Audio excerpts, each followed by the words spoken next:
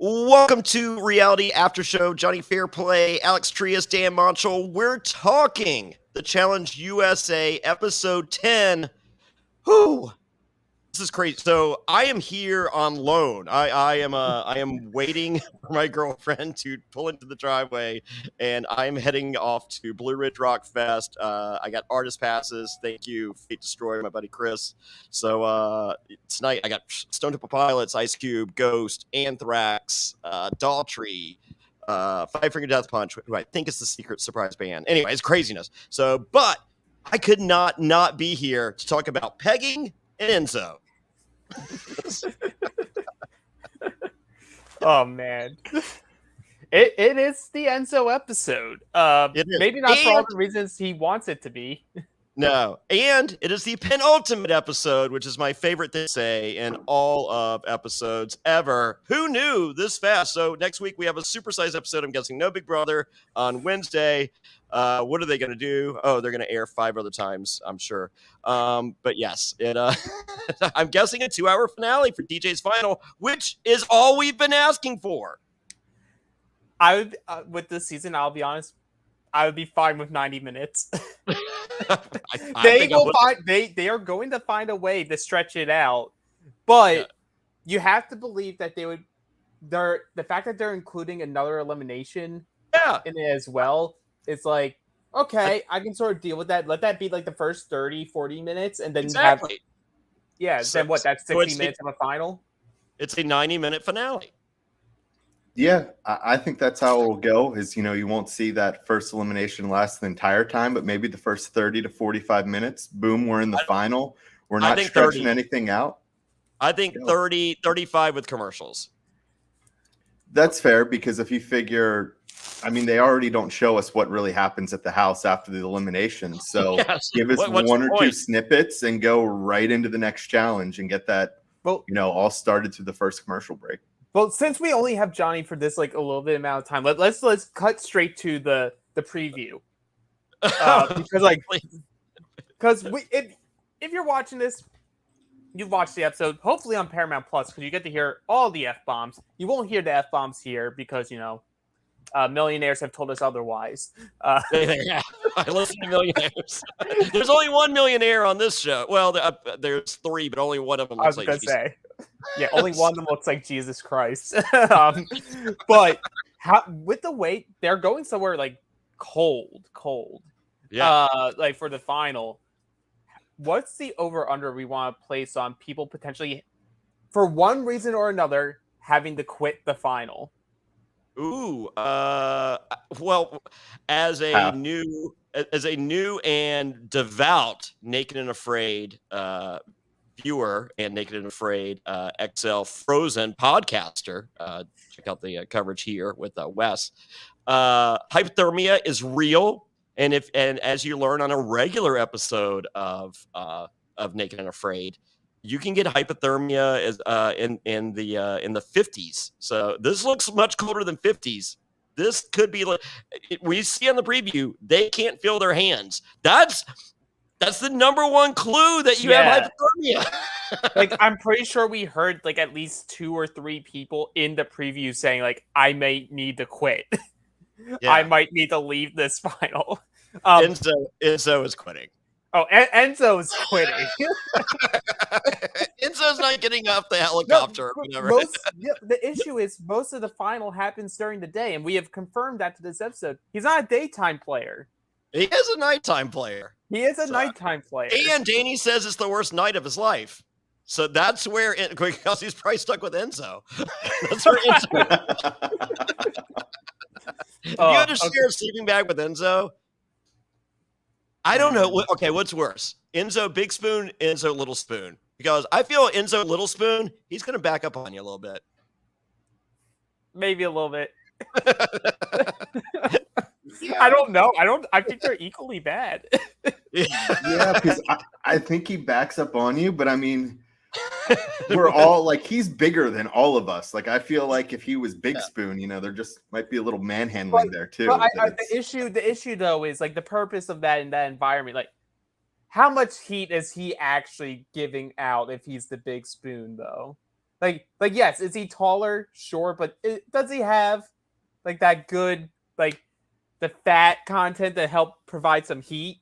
I feel he has more fat content than anyone else on this challenge. Well, yeah, you're not asking Tyson. With the exception of Dom. Dom would be the best big spoon.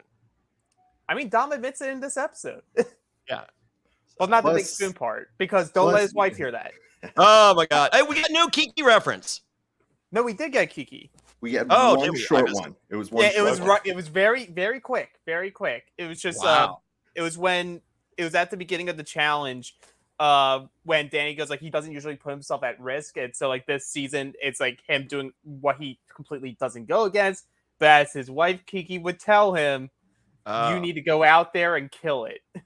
Okay, I must have blinked. So you can tell that this Kiki reference was definitely one that didn't have to do with this challenge. It was just at this point they're like, we got to get a Kiki reference in there. Let's just pull something generic and just plug it in, and it'll work. Oh. Okay. So I will say here though, if Danny wins the season, which I still think there's a very good chance he wins from the guy's side, because for whatever reason all of them are overlooking him in the conversation. I don't think it's a Danny edit. I think we're getting Danny. I think we're getting a Ben edit. But Johnny, we had this conversation during Challenge All Stars. Yeah. And the challenge historically doesn't do a good job highlighting their winners. They do not. So like you can easily have like Danny and Kayla win the season. You're gonna be like, how? Why did you cover them more? Why is Danny's only contribution the fact that he loves his wife, which is fantastic. Yeah. Like honestly, if Danny wins, Kiki wins. So well, obviously. So okay, let's pretend they do a better job editing this season than they have in seasons past. Mm-hmm. If that's the case, I feel we have a Ben win. Oh, you absolutely either have a Ben win or like something like crushing happens that prevents him from winning. I feel like that's one of two things that can happen. I feel like something crushing happening to Tyson and a Ben win is if the edit was what they're giving. I don't think we're set up for a Tyson win. I don't think we are either. That's why they cooled off on him big time. The issue is I compare him to Johnny Bananas a lot for like what Challenge USA can be, in the sense of like Johnny Bananas prime when he didn't have like his boys on the show anymore was like he would come in, win the first 3 challenges, and then was able to just like coast off that until the final. Yeah. But it still comes off in a way where it's the Johnny Bananas show. You're like, that's the point that's being brought down. Whereas Tyson's edit was like so big at the beginning, and he's been constant throughout the show, but it's been like going in a downward trajectory of the importance of it. Whereas like you have other people like Ben was like on a valley and now is reaching a peak. You have Danny who's been like consistent all the way. You have Enzo who can only do eliminations apparently against the flops of the season, and then you have Dom who could get 3rd if he doesn't quit. What I think is extra weight powers him through hypothermia. And I think it's set up for an Angela win on the women's side. I don't see. Yeah. So I can still see Sarah getting it. They had her on the show enough. And my whole thing with Sarah was it doesn't matter what happens during the actual season. If she gets to touch the final, her percent chance of winning the season jumps like a lot. So I agree with you. The only thing is there's Danny who maybe we haven't seen a lot of, but where have we seen Sarah in a positive light this whole season? Almost everything that has just been negative, and that's just a weird way to edit your winner. Yeah, I don't think so. I think it's set up for an Angela win 1 or Desi win 2, and that's why we just randomly get Desi throughout the season because she wins. I really hope that if they do partners, the only thing I'm afraid of with Desi is they had her be more the highlight of no one wants Enzo to be their partner. So that scares me. They love banging you over the head with that crap. That scares me because I'm like, one, I need Desi on my screen like as much as possible because like she's great and also look at her. But I don't know. And it goes back to something we were talking about earlier season of who could translate from this show to MTV if they wanted to. I've now added a person, and I'm adding Angela to that list. Newly single. Yeah. Allegedly, yes. Allegedly, rumor in innuendo. It's literally rumor. Yeah, literally a rumor. It's rumor and innuendo. But Tangela is no more. Which I mean, I'm fine with that. I've always been an Angela fan, even during her brother season. Yeah, I was an Angela fan day one too. But I think this episode in particular, like, really highlighted she understands all the points of the challenge game, whereas the other Big Brother people that remain in the game, Alyssa knows it a good amount, but like Enzo and David are still playing as if it's Big Brother versus Love Island versus Survivor versus The Amazing Race. It is Survivor guys with an alliance with everyone. And then that's it. I mean, that is what we're watching. I mean, like, talk about mastery of the game. And you know, we saw was it last season on the regular challenge where, you know, everyone was just like, we have to get rid of the Survivor people first because they're smarter than us. Mm-hmm. Apparently we are. I mean, yes, but like I don't, and we'll get to it at the end, but I want to preface like everyone who's saying like, oh, Angela's just playing the Survivor's game. Like, no, she's adapted and was like, I don't need to just sink on the Big Brother ship. I'm going to attach myself to, I'm a strong female player. Let me attach myself to the strong male competitors because if the final involves us working together, that gives me my best chance of winning. Yeah, if my options are Tyson and Danny or Enzo and David, I'm choosing. I don't even care if I don't like them. Like, I'm just like, hey, I don't like you. Can we work together, please? And like, if you're a guy and you're watching the season go, like, why wouldn't you want to work with Angela? Like, she's a loyal as hell player. Like, she has proven it twice now on 2 different shows, 2 different formats. The people that she rocks with, and she'll do everything in her power to protect them. Yeah. So let's go into the beginning now. So previously on the challenge, Enzo and Dom are waving pillows at a fire, saying things are heating up, yo. Oh.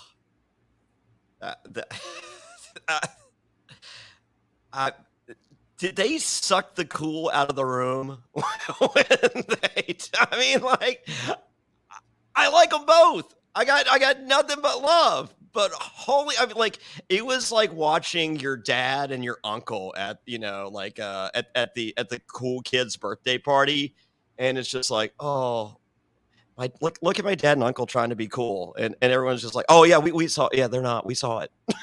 It's Steve Buscemi coming into the school saying, hello, fellow children.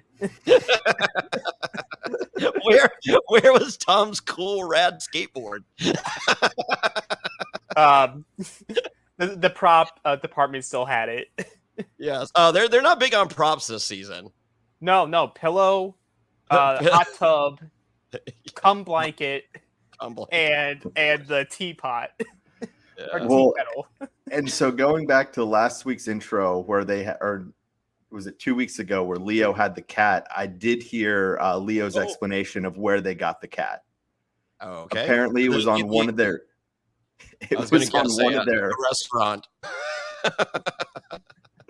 It was on one of their off days where they went out, you know, to a restaurant or whatever, but there were cats running around, and so they got one, and production was just like, come on, Leo, and Leo was just like, yeah, I know my shtick, like, let's do it. Yeah, it was running out of a restaurant, and they caught it and returned it to the restaurant where it would Be served later. Oh God. Okay, so they enter the house, and Sarah's bragging about having more money than most of the guys now. Everyone's qualified, but and I like that no one else has really been bragging, but Lucina takes it upon herself. It's just like the last one to get their money, and I'm just like, you got shut up. Like, I'm rooting for you. I love Sarah Lucina. Like, let's go win. It's just like, look, you're there. You've had the spotlight on you. You almost didn't get your money because the spotlight is shining so bright. I'm like, you got your money. Shh. Like, if someone's just like, who has the most money? If I'm Sarah, I'm just like, I don't know. It's not me. And I wasn't here last week, so I didn't get to comment on the challenge of it all. My God. If I was Sarah, I would just sat down. Like, do it. Block me.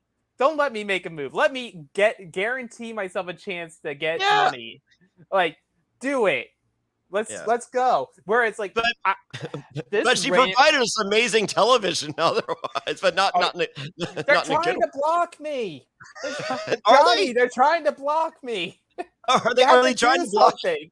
Oh, okay. I'm gonna go do something. Okay, let me run off, and then that's where you go.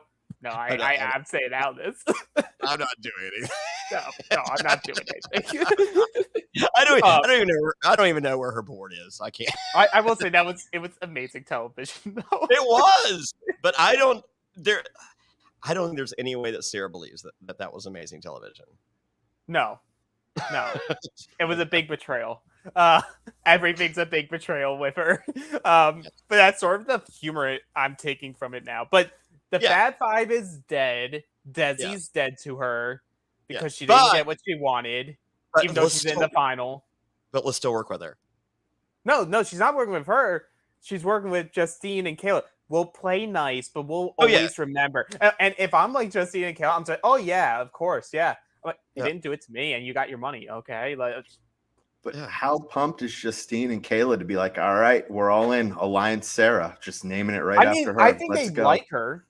I think they like her. Like outside the show, like still, like they post, like you see from like their off days, they enjoy hanging out with her. Like Sarah's not like a bad person to hang around with. I feel like outside of the game environment. She's so fun outside. She is the most inquisitive person I've ever met. But like, Sarah should do very well. Or Sarah should have done very well in her first Survivor, because it's all about making someone else feel special and important to you. And also, like, if you meet Sarah, like, Sarah's done one of the most amazing things ever in the history of humanity. She ran 7 full marathons on 7 continents in 7 days. Like, her and 3 other people on the entire planet have ever done it ever. If you ask her about it, she's like, yeah, it was crazy. And I'm just like, well, no, tell me. And she's like, really? You want to know? And I'm like, yeah. Like, you had to pull teeth to get this information. And it's just like, you have one of the most fascinating stories ever. Sarah, on the other, she's just like, I have 1,000 questions for, like, and she'll just ask. She wants to know about you and to every single person she goes to. And that's a pretty cool thing, because a lot of people, they just care about themselves. That's not Sarah Lucina. Yeah, I just think when she gets in game mode, it's just like it's a different person. It's like if she lets the adrenaline run. It's me against the world type of like mentality, and you think you're gonna be a lot better than what she feels like she has been doing on the challenges. But yeah, that's Sarah's story. We then move over to the Fire Boys, Benzo, because they're both bald apparently. Keep the fire going, guys. Yeah. So someone has to keep the fire going. It's just, but no, they have heat inside. We're good. Oh, okay. Well, no, we'll keep it going. So Ben is extremely happy with his Survivor Guys alliance with Angela, Alyssa, and Desi, but Enzo, it's his sanity. He makes him laugh. Only person that can make him laugh. He's always telling cat jokes and you know. He must do like impressions of Wheel of Fortune. Oh, just imagine. Like he goes he goes to put a log on the fire and he turns it like a letter. Yeah, I was gonna say he doesn't act like the host. He acts like the letter flipper. Yeah. She has a name. I haven't watched Wheel of Fortune in over like 15 years. I won't know names. Oh my god. My dad watched Wheel of Fortune every day and recorded it if he wasn't home. And had it recording whether he was there or not. And I remember like I'd invite him to stuff and he would be like, okay, he's like, yeah, I'm probably gonna dip out a little early. And I'm just like, Dad, I know that you are recording Wheel of Fortune. He goes, yeah, I just really prefer to watch it when it comes on. I don't know. My favorite episode of Wheel of Fortune is the South Park episode. That's a good one. Yeah. People that annoy you. Yes. But my dad also had a Vanna White, I guess, was in Playboy, and so he had a Vanna White Playboy that he used to check out. We should, you know what? I'm gonna get that play. I mean, my dad passed earlier this year. I'm gonna send that to Ben. I think Ben's on. No, I can ask. He has unblocked me. He has unblocked you. Thanks to the wonderful watchers and listeners here at Reality After Show. I am unblocked. So yeah, I'm gonna reach out to Ben, get his address. Well, first I have to go get the Playboy, but I need to send that to Ben. Do you think he'd appreciate that? I think he might block you again. I hope not. It's coming from the good place. I think that's one where it either goes really well or really bad. Like he's so appreciative. He's like, Johnny's my guy. I love him. Or yeah, he just. I don't know. I feel if you're part of the Survivor community and Johnny's like, hey, I have this gift for you. You sort of have to like, okay, he's trying to do something that like is funny, but is well intentioned as well. Okay, right? I'll take it. Okay, it's like he can hide it. He can hide it. It's like. Just don't let Dom hide it. I mean, it's hard. I mean, like I don't know what his family life is like. Just don't let Dom's wife see it. Oh God, no. So 78-year-old Vanna White, heaven forbid, yeah. She looks like one of them Love Island hussies. Blonde hair, letter turning. Yeah, I know what you're up to. Dom's mine.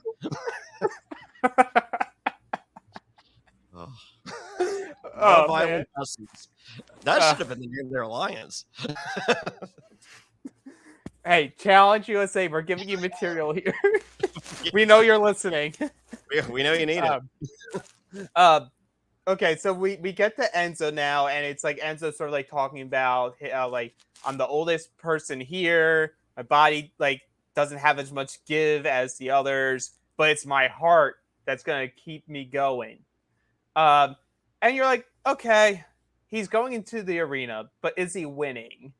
It's like my initial reaction, like just immediately is like, okay, we're getting Enzo time. We only get Enzo and David time if like at least one of them's going into the arena, and we get both.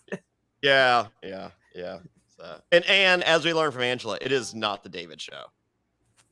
No, it is not David's show. If you want it to be the David show, win a challenge. I love Angela. It's like just that being her. Like Danny has Kiki as his like constant reference. Angela's like second half of the season references. If you want to do something, just effing win. Do something. Yeah, but it's just weird because I mean, Angela to this point still hasn't proved herself as a competitor. So, no, she has not. I hope one day she does. One day. But Dom's worried. He feels great with the Survivor guys, but he's worried. What if Enzo and David win? What will happen? They're obviously gonna come for me. Which it almost became true. Which Dom did good. I mean, he was one of the better people who did this challenge, but that's not saying much because this challenge, like only one person did well. TJ was none too happy with this cast. But I will say, I feel like we've seen it on the actual challenge as well. And we definitely seen it on Challenge All Stars, where almost no one actually completes the challenge, and it's one of those things where if you see that happen, I almost like add a couple days to the schedule and create a new challenge. So I'm like, why would a viewer want to see, hey, look at 14 people flop? Yeah. No, I did what was it called? I got Wheel of Fortune on the brain. Family Feud. And it was Survivor guys versus Survivor girls, and we got to keep the money. It wasn't for charity or anything. And so the guys were me, Richard Hatch, Rupert, Ethan, and Rudy. And the girls were Tawana, Krista, Sue Hawk, Jenna Maraska, and Sheehan. Mm-hmm. And one of the opening round questions was me versus Tawana, and it says name a famous person with the first name John. And so I buzz first, and I go, John Holmes. And the host goes, show me Johnny Wad. And it's like, Urgh. And Tawana cannot stop laughing. She's in tears. She can't stop laughing, so she couldn't give an answer. And so they earned her, and that wasn't shown because they only one person has to get it on the opening team, or they don't show that. So we got a new question. So I can imagine on the challenge, if no one finishes it, it's just like, yeah, we got to do another challenge. Yeah, but I liked the challenge in theory, and we'll jump into it because the only other thing we have is Ben wanting to go to the final of Angela. Angela's a loyal player, it's important to win and protect people. Okay, daily challenges, code crossing. It's pretty straightforward. You have 2 people going at a time. Our boy Matt would do amazing at this challenge because it involves so much pegging. Oh, wow. The pegging never... You get to start with 6 pegs already in. Pre-pegging. Oh, my God. We could add 6 years to Matt Bishop's marriage with pre-pegging. Yeah. But essentially the challenge is you get to start with 6 pegs already placed on your side of the truck. Like Battleship. Yeah, the battleship, whatever you want to call it, the tractor trailer. It's driving. Like they put in the peg. Yeah. Like you couldn't see what the other person was doing. I misinterpreted when they said, "Oh, you get to use 6 pegs like wherever you want." I thought it was going to be like something where it's like your block wherever you put it on, it blocks the other person from using those areas. That's what they should have done with that. That would have been a better use of. Well, I mean, they did horrible. Well, either way. I mean, the only person who did it right was Angela with the strategy of how to go through it. But if other people had figured it out, the 6 you can fill in those those are they have space holders in there to where you can't put a peg in 6 persons of your opponents, and they don't like you do at Battleship style. You don't know until you get there. Like, oh man, they totally screwed me. I also thought when I first saw the truck, I thought it also would have been cool if it was like something where like you put you can put one in, but the other person's plug they're like long ones, so it's sort of like it like cuts and it could hit the person on the other side. Where Yes got eliminated on sort of like that. Yeah. Like if it was like that format, like a foosball table. Yeah, I think that would have been really cool. Like already, all the pegs are already in, but it's you trying to maneuver the course while also having to maneuver someone else who's pushing them into you as they're trying to get across. Well, apparently you didn't have to do anything to make this more difficult for anyone. Because... No. Yeah, so I sort of said what it is. It's a race. You only have 3 minutes to get across and then go up the ladder to then hit a rope to signal that you completed it. Fastest person wins. Person who either DQs immediately, drops, or goes the least far will automatically go into the arena. Which they did a bad job of truly like showing us how poorly people did in comparison to each other, because I truly didn't know. Like I thought it was just gonna be Enzo just because of the edit. But we start with I'm not even going to do this. Everyone sucks. Yeah, everyone sucks. Except Ben does a good job. Desi does a good job. But the only person who does better than Desi does better than Ben. Well, yeah, I was going to say the only person who does better than Desi is Angela. Because Angela's the smart one who put all 6 plugs at the bottom. Because why would you want to move in a limited time frame? Why would you want to have to both move the plugs at your head level and at your feet? Like, you're begging to fall off or not be able to move. So by having it already there as like a walkway, all you have to do is have a couple and you maneuver. All right, I have a question. If Angela's first, does she figure this out? I'm not sure if she figures it out there. I think obviously you benefit from being able to watch other people do it, but I feel like even after the first go through, you should be able to see that and be like, oh, they tried to only have stuff at the beginning. What if we, and I think people then were like, oh, what if we spread it out? And then people were like, I don't know where or Sarah and Alyssa are like, I don't know where we're going to put it. So I'm going to just put it wherever. And then Sarah falls. Kayla falls at the very beginning. But then like eventually you watch enough times, I feel like, hey, random selection. It's a randomly perfect or perfectly random setup of who goes when, and Angela got to go last, and Angela's like, okay, all these people sucked. Let me just create a floor. Yep. There you go. So TJ says congratulations. And everyone starts clapping, and he's like, what? Why are you guys clapping? I'm only talking to Angela. I hate and loathe and despise all the rest of you. Like, I felt like he was even like I think he's like looking at Tyson Day. It's just like, really, guys? Like, I mean, like I felt I could count on you. So I think he even hates Tyson at this moment. I think no love lost anywhere. He's just like, Angela's ready for the actual challenge. Yeah. I like you. I want to make it a point because some people, Leo, think that I love everybody. No, I love Angela. It's only Angela. I think also at this point, TJ, he's been with them for, over a month, maybe 2 months. And he's just like, man, half of you suck at this. Like, it's just no more, sugarcoating it. Like, it was bad casting. No. It was bad casting. We said that episode 1, and we're saying that episode 10. It was bad casting. And did some people as characters surprise us for the better? Yeah, absolutely. Like, am I happy that we got to have Danny on our screens again? Absolutely.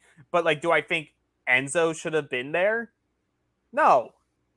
Did I think like Dom's doing well for this season, but do I think like I would have cast Dom for the challenge? The answer is no. No. Like I go see on CBS, I'm like, you're gonna be on season 47 or 48 of Survivor. Yeah. We'll bring you back then. Yeah. I mean, I like a lot of the cast. I think it's a very likable cast, but like not like they're not good for the challenge. No, it's also and they've dumbed down. They've made it so that most people. I could not have done this. So like I feel this is a bad episode for you. Yeah, this is not.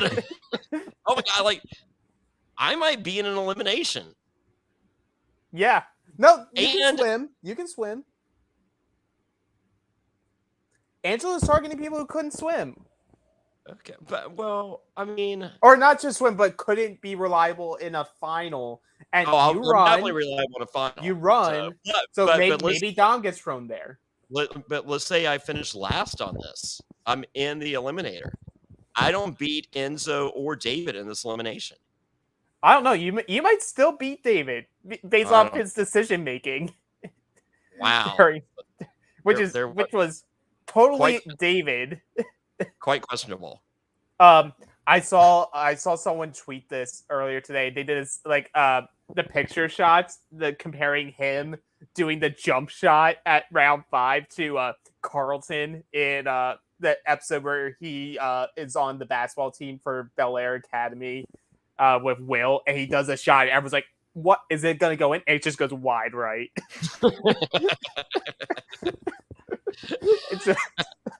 I was like, oh my God, it's going to go. Oh no, it was horrible.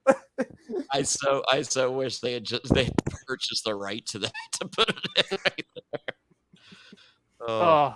But we have Angela and Ben as our winners. David didn't go the furthest, so he's gonna go straight into the arena.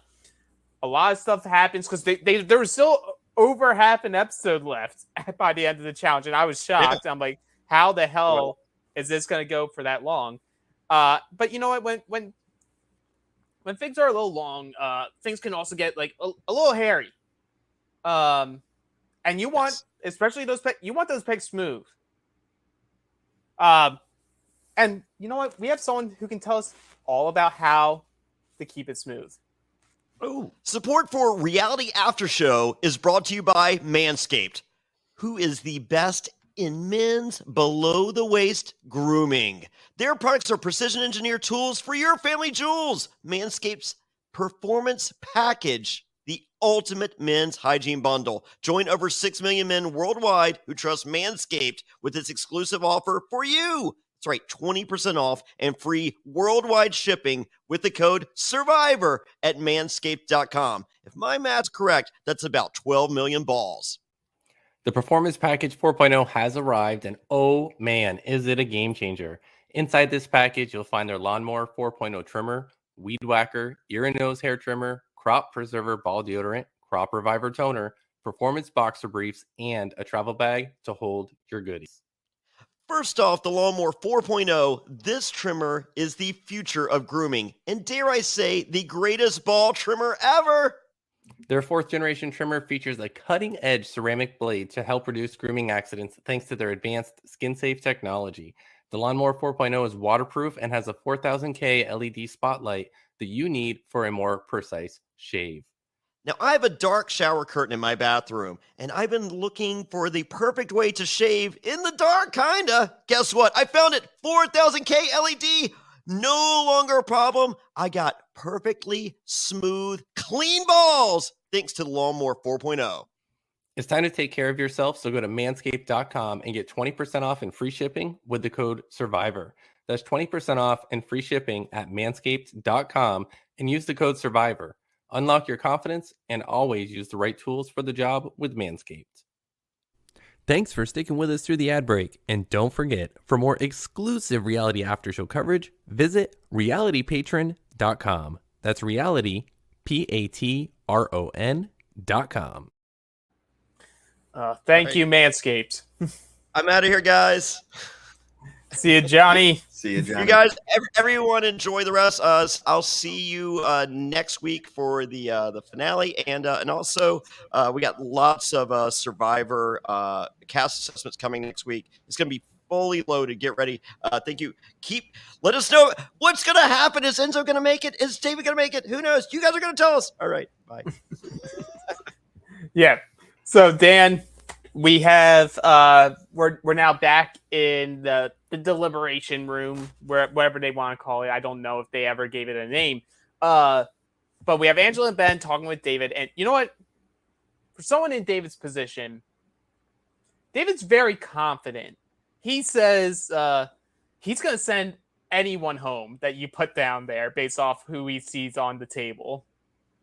He doesn't lack in confidence, which like one of his guesses, or no, one of his options made sense. But like, okay, I want Dom. All right, that made sense. But then him going, I want Tyson. I'm ready to knock him out. Like, okay, maybe David. I don't think so, but depends what it is. It was interesting because like he has that weird like challenge approach that we see in some challenge players where it's like they avoided elimination, a physical elimination. They aren't a true player until they go down and touch sand, which in this type of format at this point in the game doesn't make sense because everyone's qualified. So why would Tyson want to go down there? Why would anyone want to go down there? I think he earned his stripes by having 3 wins, but maybe he's like Angela in David's mind. Like, what has he done to prove himself yet? I went down and I won an elimination.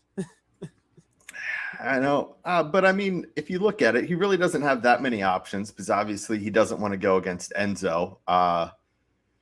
Danny's a freak. No one in the right mind would be like, that's the guy I want. Ben's safe. So really, that's all that he can say is Dom Tyson. It's interesting, though, because like even when this is what brings the first part of the friction in this episode is we have Ben and Angela who are like, yeah, we want to work with each other. More so Ben wanting to work with Angela than Angela wanting to work with Ben, but Ben's still a good competitor. And Angela is like, I want to stick to our plan. I know Enzo's your friend, but Enzo's not in our group. Enzo's not strong at all. He slept through this season, and I don't want to have to be paired with him.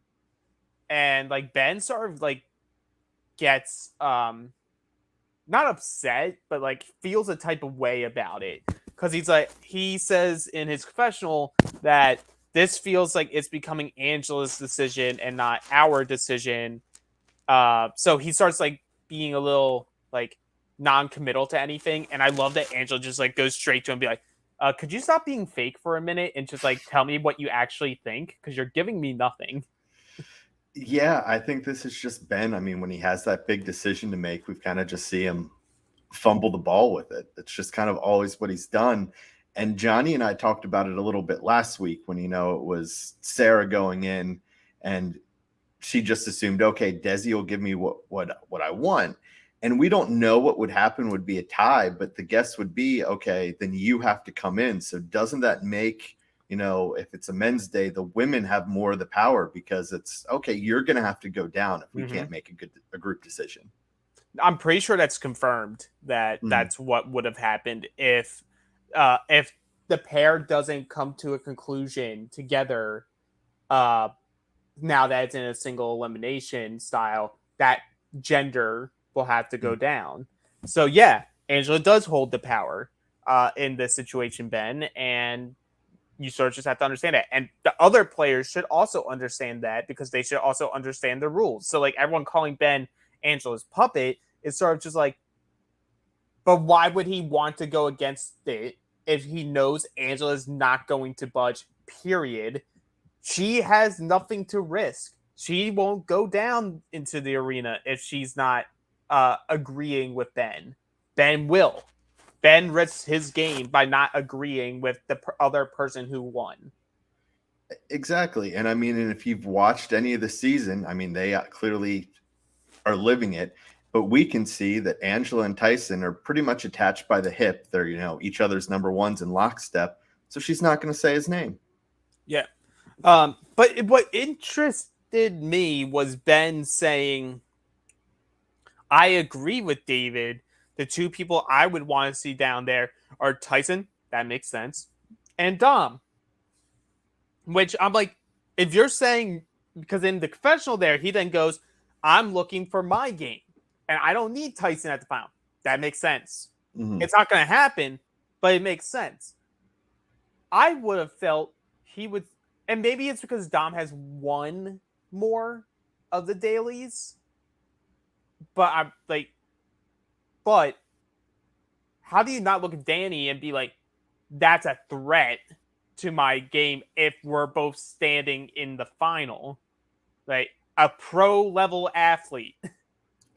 I can't tell if it's, and it's probably a combination of the both. Is I think Danny's social game is off the charts, a lot better than what we see because everyone loves Danny, and just simply, if you know his background, which everyone there does, like if he comes back, like he's probably going to, and that's just going to make my life a whole lot more difficult. True, and the most you get if Dom wins is just now he has a vendetta against you. Yeah. But it was just interesting to me. But Angela then goes the next day to Danny and Tyson and like tells them about it, and she's like, "I just told him to sleep on it. He's going to come around to it." And they're all just like, "Man, Ben's just this wild card, man. Like we have such a good thing going. Why?" It's like that's sort of like what Danny's implying is like. We have such a good thing going. Why would you want to shake the cart now? Like right before we get to a final where like potentially we can hinder each other's games if you do go against us at this point. Yeah, and I think you could also, and maybe they did, but use the excuse that, hey, generally it's not 5 people going to the final. It's more like 4. So, Ben, if you don't do what we want here, you better win the next male elimination day or you're going in. Yeah, we'll keep whoever survives of Enzo and David. See ya. And I think that's sort of like what Ben eventually realizes as he like sleeps on it. It's just like, hey, I know Enzo's my friend, but for my personal game and my best opportunity to be at the final to win, I just have to go with this. Well, and look what he said. What was episode 1, episode 2? Is he's known for, playing with his friends and sacrificing, which, yeah, I guess he did in Winners at War, but he said he was there to play for himself. And play for yourself. If you don't have, the upper hand to get the move that you want, why put yourself in any danger? Yeah, absolutely. So Angela then tells David, and before ever telling Enzo, which that is a mistake. You always want the person going in to hear it from you before anyone else has a chance to tell you. Because then once you tell someone, then you're obligated to tell the person, or it looks bad on you. Mm-hmm. And David looks like he almost was like crying in that like cutaway of the scene. It was definitely a sad face because he's like, I'm going against my friend, and it baffles me that he's like, I don't understand why you would put Enzo against me. He's my best friend in this. Like we go way back to when we were totally working together in Big Brother All Stars, even though that wasn't the case ever. Like they never were working together. They may have liked each other, but they never worked with each other.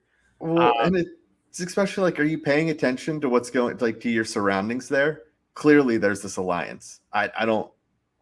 No, what did you think he was wasn't, because he still believed it was the shows.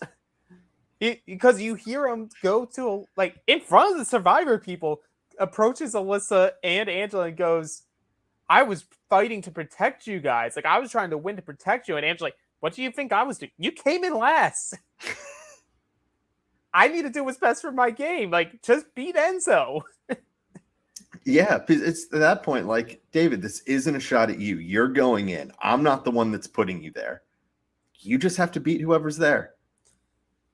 But yeah, but this annoys Ben because now he needs to tell Enzo. But like because they're friends, he's like, I need to be the one who tells him first. And this is where we get this like montage of Enzo and David and Sarah like all saying like people are being puppeteered and manipulated, and if you're playing Survivor's game, where like Angela isn't playing Survivor's game, she's only playing their game in the sense that she's working with them.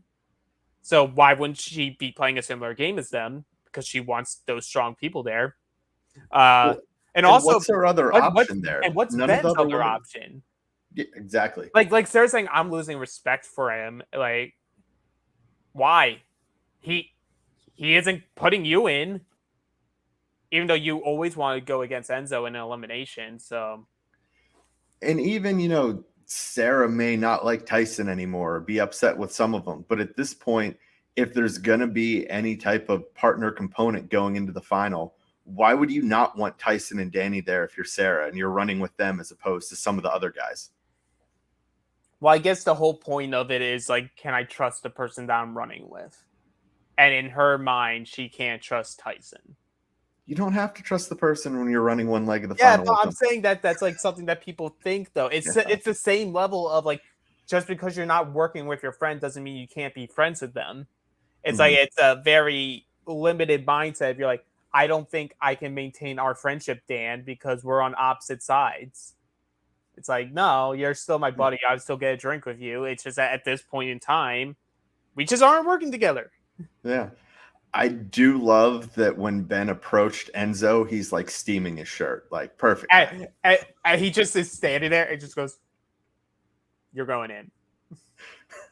What? Yo, that's messed up, man. Yo, this is my third time, yo. Yeah, effing this dude who's won $1 million looks like Jesus Christ. He hasn't touched it. It's my third time, yo. This doo-doo pie. Oh, come on, Alex. This goes back to your favorite on, who deserves it. Oh man, it's my all-time favorite. But I enjoyed the tirade or like the little tantrum from Enzo. So I was like, okay, give me something other than being Mr. Nice. And he's like, cool, I don't have to be fake no more. I'm like, yes, Enzo, don't be fake with people. It's not fun for a viewer if you're fake and just being nice all the time. No, it's not fun for a viewer, but if that's their decision and there's still time left to make it, this blow up, while better for TV, it's like, okay, like there's no changing that decision. Like you've just cemented it at this point. Well, I mean, like him and David both asked, like, why not Dom? Like, why can't it be him? I would never have done this to you, blah, blah, blah. But it's like, okay. You wouldn't have done it to her because you see her as a very strong competitor and you want to run the final with her. She doesn't see the same in you. Like that's just the way it is. And you're more of big brother than I am. Does Angela have history with either of David and Enzo being on any of the same seasons? Like, she hasn't been on the same season with either of them. Enzo and David were on BB All Stars with Tyler, who is or was her boyfriend. Like, I'm pretty sure that was a made up rumor that they aren't together anymore. So for now, I'm gonna say her boyfriend. Wouldn't mind if she was single though. But we're heading to the arena now, and my favorite thing here, I had to make a note of it, was that Ben looks like he's like in the Newsies. What is that outfit? I loved it. I love that cap. I love that he's. It was amazing. It was amazing. I loved it. Is it Enzo's cap or did Ben bring the same one? You know what? It could be Enzo's because I would have thought that he would have wore his cowboy hat. Like that pitch black cowboy hat he's had all season. Didn't wear it today. Well, yeah. I mean, that doesn't go well when you're trying to look like, fitting in, singing an a cappella, group combo, or some type type of singing competition. He looks like he's in the 1930s on his newspaper route, telling extra, read all about it. I just threw the second half of Benzo into elimination. But don't worry, Benzo's not dead. Yeah. Tyson loves seeing Ben tortured, having to make a decision that puts someone else in. It gives him joy. I love that even TJ's like, what happened to Benzo? Why are you throwing your body in? And then you have Tyson just they cut back to him. He's just like, I'm pretty sure they're just like friends because they're bald. That's his sanity, though. It's hard for him. He wants him to stay. He makes him laugh. But it is another. What is it with Enzo getting the Challenge Classic eliminations?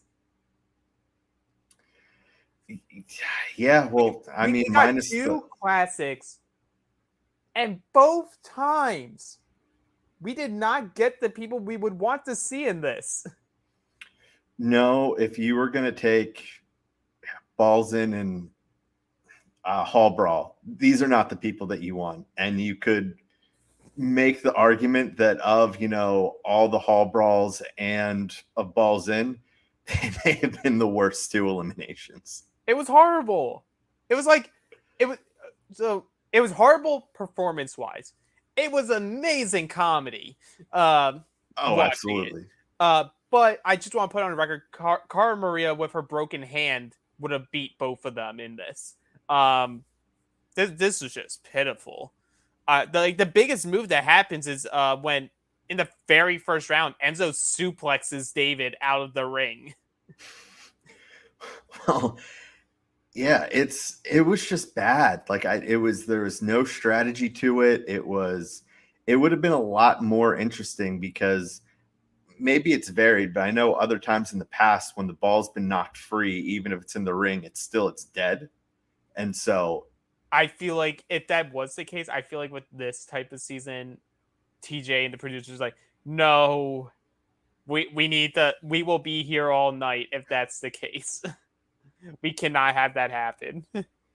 But I agree with you. I definitely remember there were some moments because I remember people trying to throw a ball in and it missing, and then it's like, okay, play's dead. Mm-hmm. But yeah, we get to round 2. David gets his in, so he's up 1-0, and then it's round 4. Enzo ties it up because this is where David starts.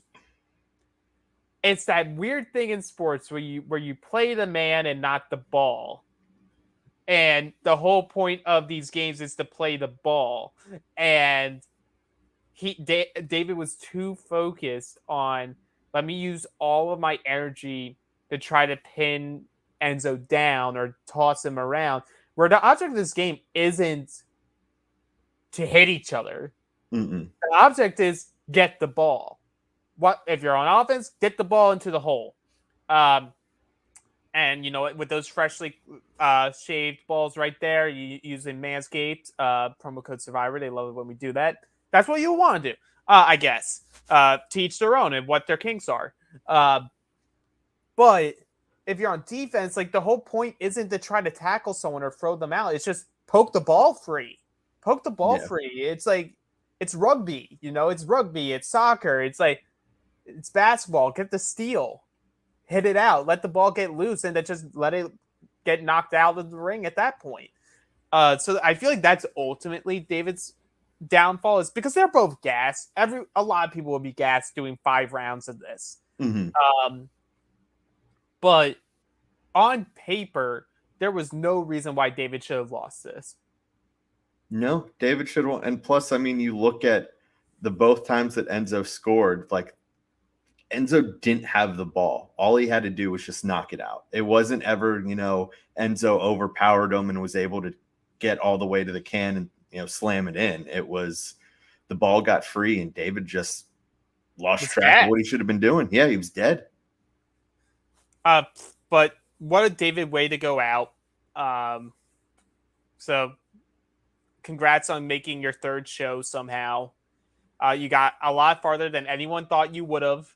But you're a hell of a competitor. Congratulations. I'm not going to say we'll see you again in the future. David goes. Enzo tells everybody to F off. And I love it goes to Danny. And Danny and Tyson are laughing. And Danny just goes, who's he talking to? It's just Enzo dropping F-bomb after F-bomb after F-bomb. And everyone, like, instead of being like intimidated, which I think is what he was going for, everyone is just laughing. Yeah, and no one's scared of him. No, he's quitting the final. We know this. But I love the comedy of an Enzo win, because then it's him going like, I'm an anomaly, man. Phenomenally. It's phenomenally. And then him and TJ like joking about like how he's more of a night game person, not because his day game's not too sharp. I was like, TJ is so open with this group where he's like actively telling them like, Enzo, you suck at all of the dailies. You aren't good at the challenge, but for some reason you're winning these at night. He's kind of like, especially with this cast, maybe not, if it was more on the main show, but with this cast, he's kind of like a Big Easy. Like, Easy's going to be hard to eliminate in a lot of these physical eliminations. So you don't really want to go down against him, but also kind of be pumped to have him there in the final because he's not going to win. The thing is, he isn't this like the same person who I saw like the gif of like the Fresh Prince thing also said something I agreed with. It was Enzo's like the first person to go like 3-0 in his like elimination career, where you leave each elimination not impressed.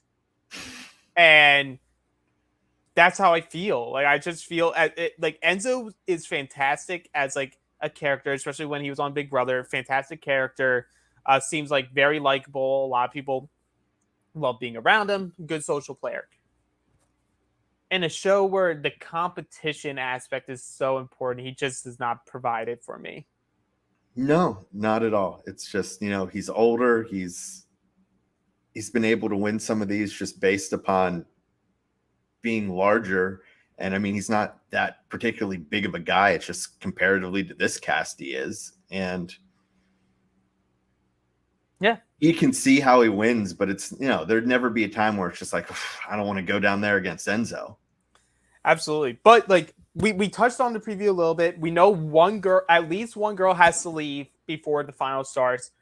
Who do you think is going to be the last girl eliminated before the final? I think it's either going to be Justine or Alyssa. See, I'm thinking the same thing. I think it has to be one of those two, just because I don't know. Like if Angela wins, then it really depends on like who comes in last. Same with if Sarah or Kayla or Justine win. I could see like Angela and Alyssa being down there if the other side wins and Angela just like crushes her. Not wanting to, but it's like, hey, you're in front of my money. Bye, Alyssa. But like, yeah, I think I'm the same boat. I think either Alyssa or Justine go. I think Enzo will quit. I think there'll be like one or two like other surprises of people who could potentially like that we wouldn't expect to like have to bow out for whatever reason. Mm-hmm. And we'll be like, what the F? I caught myself there. I had to do the millionaires proud, 5 stars. 5 stars. But it'll be very interesting. So thank you everyone for watching this episode or this recap of episode 10, the penultimate episode of the Challenge USA. We will be back next Thursday to recap the finale. And with the finale, this challenge season will end, but we're about to jump right back into Survivor 43, which you'll see me and Dan do the premiere episode right after the episode on Wednesday night. I believe that's the 21st. We'll be watching the premiere and then doing a recap shortly after. So come and watch us then. Big Brother's coming to the end with Brent, Bobby, and Alex Rubino. Watch them. I believe they either go on Wednesday or Thursday nights. And if you want to know more about us, become a patron at Reality After Show. Become a patron. Give us 5 stars. If you join us on Patreon, Matt and Johnny are currently doing a watch along of Survivor Australia. They're currently doing the All-Star season, which is a very enjoyable season. Very obvious winner, but a very fun season nonetheless. As well as they do a weekly Q&A, which is always a fun time. It's one of my favorite listens every single week. But with that does end our time here. So thank you, Dan. I'm Alex. This is Reality App Show. We'll see you next time. And for more bonus content, go to realitypatron.com. That's right, become a patron now. Get additional coverage of all your favorite shows, the weekly Q&A, and you become a member of the secret, exclusive Facebook group. That's realitypatron.com.